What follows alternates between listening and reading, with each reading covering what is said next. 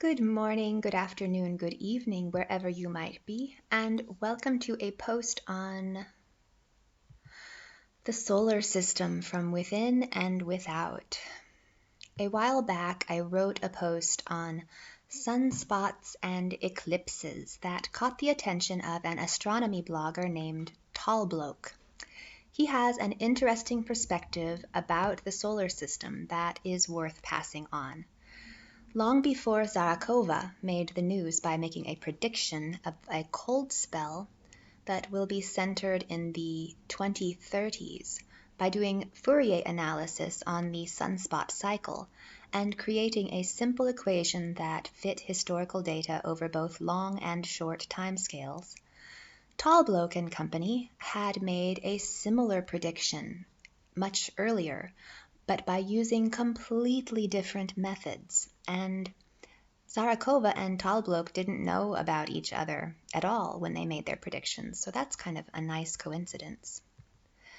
Whereas Zarakova calculated the patterns of solar activity by modeling the interior dynamics of the sun, Tallbloke calculated the patterns of solar activity by modeling the exterior dynamics of the planets. How nice that they agreed. And I encourage you to click on the blog post linked below because that has links to Tallbloke's figures and copies of the figures so you can see what I'm talking about.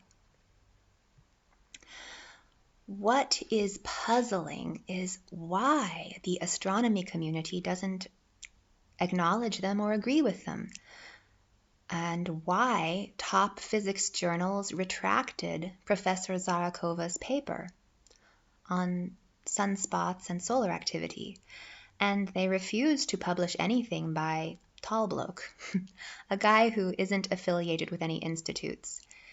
As a result, he and his colleagues only publish in a journal dedicated to pattern recognition, which was recently bought out and canceled. It is so strange how academia compartmentalizes such people who are capable of viewing a system like the sun and earth from both within and without at the same time.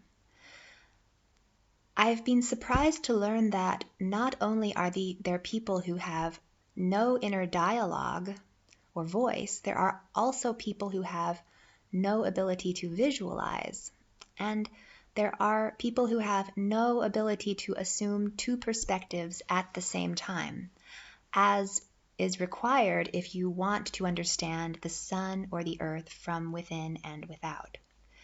Wouldn't it be neat if the air pressure and the heat generated by the Earth's core were perfectly causally linked in a fundamental way? Because it is certainly easier to measure air pressure than to measure volcanic output on the ocean floor. It is a pity that this sort of balanced perspective about nature seems to be outlawed by the science police. So here's a quote from Tallbloke. He made a comment on my sunspots and eclipses posts.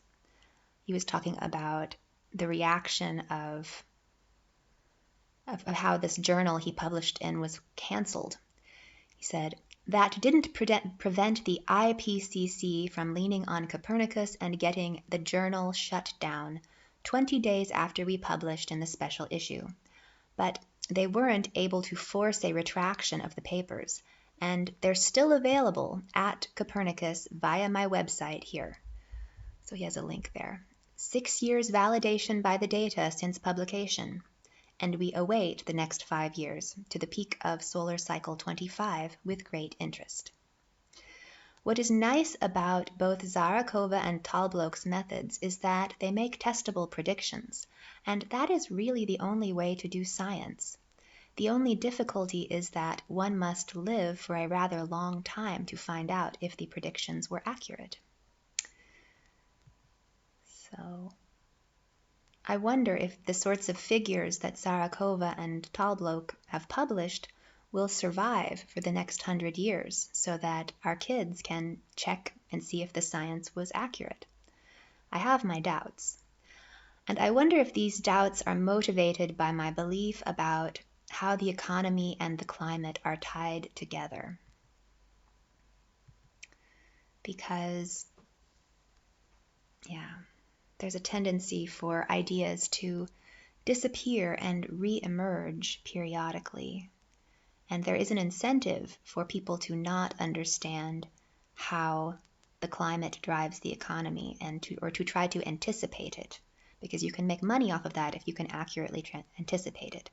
This is something that may have been true in the, say in the post-war time period, but by now enough people know these sorts of cycles that they can anticipate them, and it's completely distorted the relationship between economy and climate to the point where you can't really profit from it very easily anymore.